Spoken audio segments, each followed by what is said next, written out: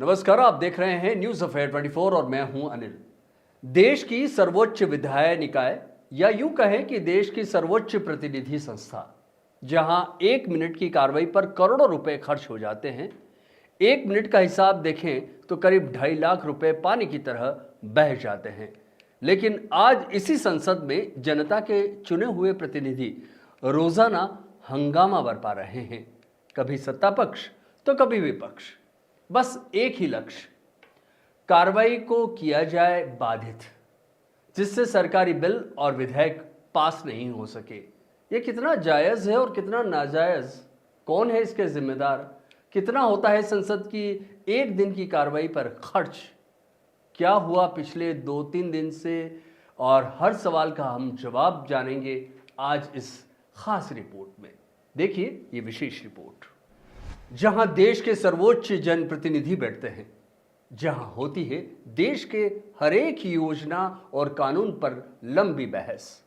नई योजना हो या नए विधेयक, नए कानून हो या बदलाव, या फिर देश में आकस्मिक हुई कोई हो घटना, होती है लंबी बहस। माननीय रखते हैं अपने क्षेत्र की समस्या, उठाते हैं अपने क्षेत्र की मांग, जहां हर दिन की कार्रवाई पर खर्च हो जाते हैं करोड़ों रुपए। हर दिन नहीं, हर मिनट का अगर खर्च देखें तो करीब 2.5 से 3 लाख रुपए होते हैं। लेकिन क्या ये खर्च वास्तव में सही जगह हो रहा है? क्या यहां आने वाले जनप्रतिनिधि अपने अपने क्षेत्र की समस्याओं को अपनी पटल पर रख पा रहे हैं, या फिर सत्ता पक्ष या विपक्ष दल की खींचतान में ही बिता देते हैं पूरा समय? संसद में 1 साल में 3 सत्रों के दौरान करीब 70 से 80 दिन कार्रवाई संचालित होती है। लेकिन क्या होता है इस दौरान? संसद में देश की समस्याओं को उठाने के लिए साल में कार्रवाई तो होती है, लेकिन पिछले कुछ सालों के दौरान ऐसा नहीं हो पा रहा है। जो हमें देखने को मिल रहा है, देश की समस्याएं यहां के पटल से दूर चली जा रही है। बस दिखता है तो सदन में सिर्फ हंगामा। विपक्ष दल सत्ता पक्ष की कार्रवाई को बाधित करने में अपनी पूरी ताकत झोंक देता है। ऐसा ही देखा जा रहा है इन दिनों, जब कांग्रेस सहित इंडी अलायंस के घटक दल उद्योगपति अडानी और यूपी के संभल मामले को लेकर जमकर हंगामा बरपा रहे हैं। उन्हें सदन की कार्रवाई में प्रतिदिन खर्च हो रहे करोड़ों रुपए से कोई सरोकार नहीं। बुधवार को भी संसद परिसर में कांग्रेस सांसदों ने अनोखा विरोध प्रदर्शन किया, जिसके तहत उन्होंने एनडीए सांसदों को गुलाब का फूल और तिरंगा भेंट किया।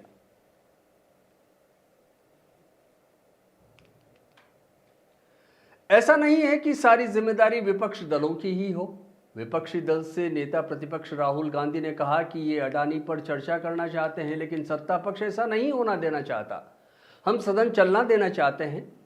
सत्ता पक्ष के सांसद हमें उकसाते हैं और सदन की कार्रवाई को बाधित करते हैं, लेकिन हमारी पूरी कोशिश रहेगी कि हमारी वजह से सदन की कार्रवाई बाधित ना हो। वे चाहते हैं कि 13 दिसंबर को संविधान पर बहस हो। हम सदन चलने देंगे, लेकिन सत्ता पक्ष के सांसद अडानी पर चर्चा नहीं चाहते हैं। स्पीकर से मेरी मीटिंग हुई और मैंने उनको कहा कि देखिए, ये जो हमारी पार्टी कह रही है कि कमेंट्स, ये जो कमेंट्स हैं, डेरोगेटरी कमेंट्स हैं मेरे बारे में, इनको एक्सपंज किया जाए। स्पीकर ने कहा कि वो इनको एग्जामिन करेंगे। देखिए, ये उल्टे सीधे एक्यूजेशन लगाते रहते हैं। अगर हमने डिसीजन लिया है, एटलीस्ट मेरी थिंकिंग है कि ये जो भी प्रोवोकेशन करें इनको हम करने देंगे, बट हम हाउस को रन कराएंगे। और हमारी पूरी कोशिश होगी कि हम किसी ना किसी तरह हम हाउस को रन करें। हम चाहते हैं कि डिबेट हो, डिस्कशन हो। 13 तारीख को कमिटमेंट था कि कॉन्स्टिट्यूशन पे डिबेट होगा। हम चाहते हैं कि वो डिबेट हो और हम हाउस को रन करने देंगे। सर, आपको चाहे वो कुछ भी बोलें मेरे बारे में, देखिए एक सेकंड मुझे बोलने दीजिए। चाहे वो मेरे बारे में कुछ भी बोलें, बोल सकते हैं। 13 तारीख को डिबेट हो। अडानी पे डिस्कशन नहीं चाहते हैं। वो अडानी से डिस्ट्रैक्ट कराना चाहते हैं। और डिस्ट्रैक्शंस करते रहते हैं। आप जानते हो, मैं भी जानता हूँ, एंड में हम छोड़ेंगे नहीं। इधर अल्पसंख्यक मामलों के मंत्री किरेन रिजिजू ने सदन में देश में वक्फ बोर्ड की संपत्तियों को लेकर चौंकाने वाली जानकारी दी। उन्होंने वक्फ बोर्ड की ओर से देश की सैकड़ों संपत्तियों पर अवैध रूप से कब्जा किए जाने की जानकारी सामने रखी है।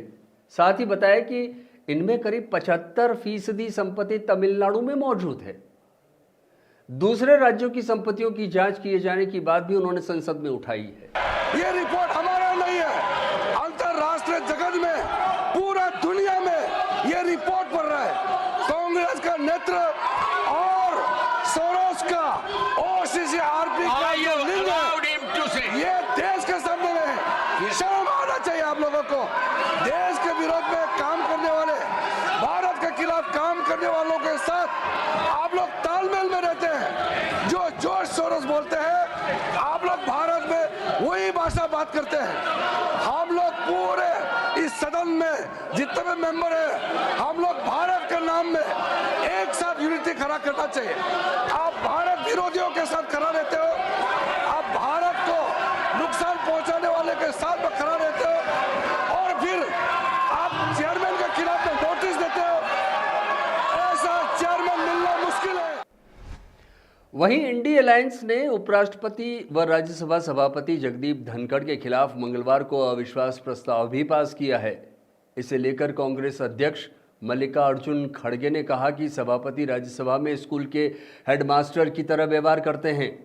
विपक्ष का सांसद 5 मिनट भी भाषण दे तो वे उस पर 10 मिनट की टिप्पणी कर डालते हैं, लेकिन प्रतिपक्ष के नेताओं को अपने विरोधी के तौर पर देखते हैं।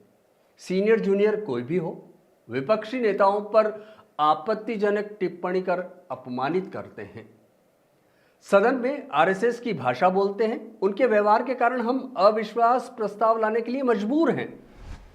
1952 से अब तक किसी उपराष्ट्रपति के खिलाफ संविधान के आर्टिकल 67 के अंतर्गत resolution for removal of vice president नहीं लाया गया, क्योंकि वो हमेशा निष्पक्ष और पूरी तरह राजनीति से परे रहे। वो कभी राजनीति नहीं करे, केवल सदन चलाना, और वो भी जो सदन के रूल्स और रेगुलेशन होते हैं उसी के तहत वो सदन चलाते रहते थे। लेकिन आज हमको ये कहना पड़ता है, ये आज रूल्स को छोड़ के राजनीति ज़्यादा हमारे सदन में हो रही है। चलिए आपको बताते हैं वे 10 मुद्दे जिन्हें कांग्रेस ने गिनाए और सभापति पर विपक्षी दलों ने सवाल उठाए। किसान विरोधी मुद्दे पर विपक्ष की मांग को सभापति जगदीप धनखड़ ने मगरमच्छ के आंसू बताया था। साथ ही विपक्षी नेताओं के एक वर्ग को सदन से बाहर जाने के लिए प्रेरित किया। विनेश फोगट के मुद्दे पर विपक्षी नेताओं की चर्चा की मांग पर सभापति जगदीप धनखड़ ने विपक्ष को जमकर फटकार लगाई थी। पीएम मोदी को सदन में उपस्थित रहने के निर्देश पर भी विवाद हुआ था और अगस्त 2023 में सभापति जगदीप धनखड़ ने कहा था कि वे प्रधानमंत्री नरेंद्र मोदी को सदन में उपस्थित रहने का निर्देश नहीं दे सकते और न ही वे देंगे। 2023 में शीतकालीन सत्र के दौरान 46 सांसदों के निलंबन पर सभापति जगदीप धनखड़ ने विपक्ष पर कड़ी टिप्पणी की थी। सदन के वेल में कांग्रेस अध्यक्ष मल्लिकार्जुन खड़गे के पहुंचने पर सभापति जगदीप धनखड़ ने तीखी टिप्पणी की थी और इसे संसद पर एक काला धब्बा भी बताया था। राज्यसभा सांसद कपिल सिब्बल ने सभापति जगदीप धनखड़ पर उच्च सदन को चलाने के तरीके पर सवाल उठाया था और दावा किया था कि किसी भी देश में सदन का पीठासीन अधिकारी सदस्यों के भाषणों के दौरान बार बार बाधा नहीं डालता। सभापति जगदीप धनखड़ ने एक बार राज्यसभा में आरएसएस की सराहना भी की। और कहा था कि आरएसएस की छवि बेदाग है और इसे देश के विकास में योगदान करने का संवैधानिक अधिकार है। सभापति धनखड़ ने कहा था कि आरएसएस एक ऐसा संगठन है जो उच्चतम स्तर का है और वैश्विक थिंक टैंक है।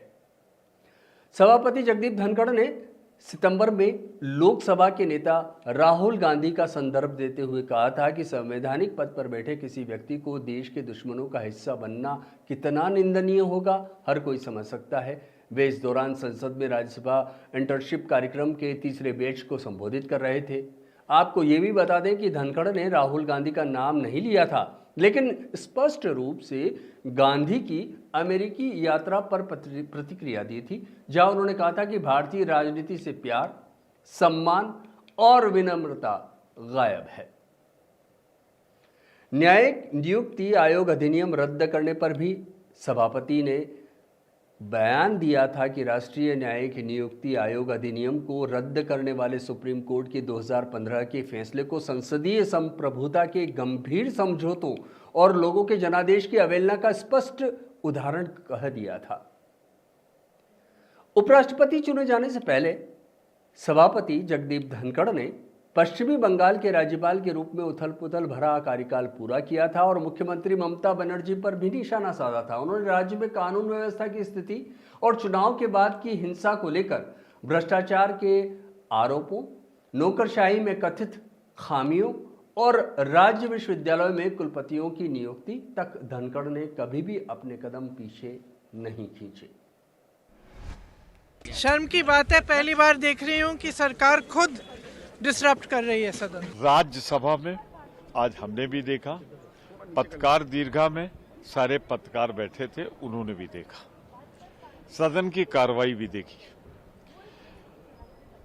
आते ही चीफ व्हिप इशारा करते हो, पूरी सरकार खड़ी हो जाती है, सत्ता पक्ष खड़ा हो जाता है और सब लोग सदन में व्यवधान देते हैं।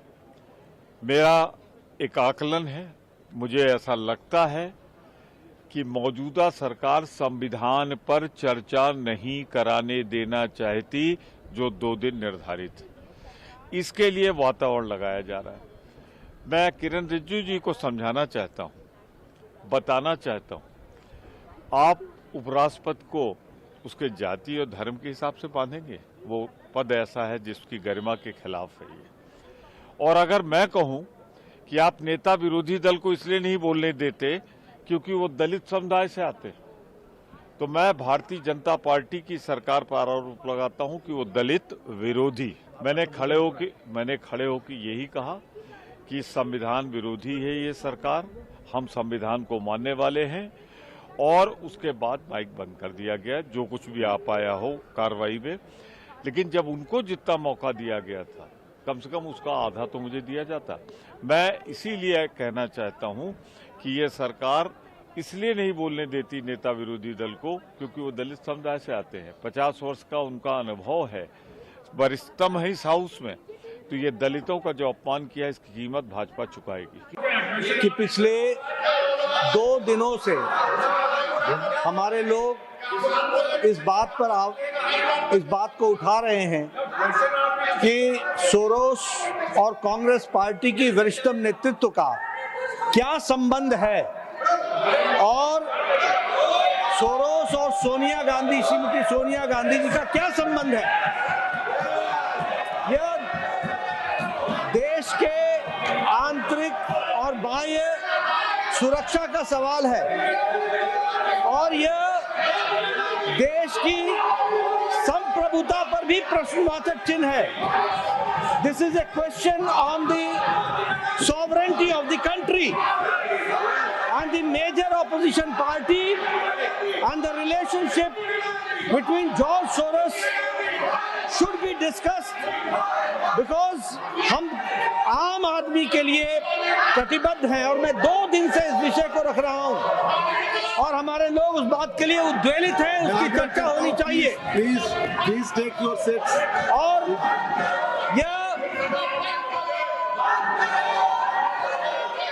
और ये मुद्दे को भटकाने के लिए इन्होंने कुत्सित प्रयास किया कि इन्होंने चेयर पर आक्षेप लगा करके अविश्वास प्रस्ताव लाने का प्रयास किया है। राज्यसभा के सभापति, चेयरमैन, भारतवर्ष के उपराष्ट्रपति, उनके खिलाफ अविश्वास प्रस्ताव लाने की बात, उनके खिलाफ अविश्वास प्रस्ताव लाया जा रहा है, इस विषय में नोटिस सर्व किया गया है, यह सब हमने मीडिया के माध्यम से देखा है। आप जरा सोच के देखिए, इस पूरे सदन में और सदन के बाहर भी जिस प्रकार गांधी नेहरू खानदान का सोरोस के साथ किस प्रकार एक संबंध है, और उस संबंध के विषय में आज हम और भी बात करेंगे, मगर सोरोस फाउंडेशन से पैसा लेकर देश को अस्थिर करने की जो षड्यंत्र है, उसमें सोनिया गांधी, राहुल गांधी और पूरा गांधी नेहरू परिवार उसमें संतृप्त है, संलिप्त है। जब इस विषय को पार्लियामेंट और पार्लियामेंट के बाहर उठाया गया तो आनन फानन में कहीं न कहीं विषय को डाइवर्ट करने के लिए, कहीं न कहीं इस विषय से अपने आप को दूर करने के लिए, भटकाने के लिए माननीय धनखड़ जी के खिलाफ एक नो कॉन्फिडेंस मोशन लाने का प्रस्ताव कांग्रेस और उनके कुछ घटक दलों ने लिया है। विपक्ष की ओर से सत्ता पक्ष पर लगातार हमलावर होना भारतीय जनता पार्टी के राष्ट्रीय अध्यक्ष को नागवार गुजरा और उन्होंने विपक्ष पर जमकर निशाना साधा। जेपी नड्डा ने कहा कि विपक्षी दल चाहते ही नहीं है कि सदन सुचारू रूप से चले और यहां जनहित के मुद्दों पर चर्चा हो पाए, लेकिन वे किसी न किसी मुद्दे को लेकर हंगामे पर आमादा हैं और सदन की कार्रवाई में बाधा डाल रहे हैं। अब पिछले 10 दिनों में संसद चल रही है, लेकिन मुश्किल से 2 घंटे भी सदन सुचारू रूप से चला हो, ऐसा किसी दिन नहीं दिखा। फिर चाहे उद्योगपति अडानी और यूपी के संभल मामले की गूंज हो या फिर राज्यसभा में नोटों की गड्डी के मुद्दे पर हंगामा। फिलहाल शनिवार को होने वाली संविधान चर्चा में पीएम मोदी भी हिस्सा लेंगे और अपना जवाब देंगे। उस दिन संविधान पर चर्चा की शुरुआत केंद्रीय रक्षा मंत्री राजनाथ सिंह की ओर से की जाएगी। फिलहाल हम तो यही आशा करते हैं कि जनता की ओर से चुने गए हर सांसद को ये आभास होना चाहिए कि जनता ने उन्हें संसद में उनकी आवाज उठाने के लिए भेजा है, चर्चा में शरीक होकर जनहित के मुद्दों को मुखर करने के लिए भेजा है, फिर चाहे वो सत्ता पक्ष का सदस्य हो या विपक्ष का, ना कि हंगामा कर जनता के एक एक पैसे को बर्बाद करने के लिए वहां भेजा गया है।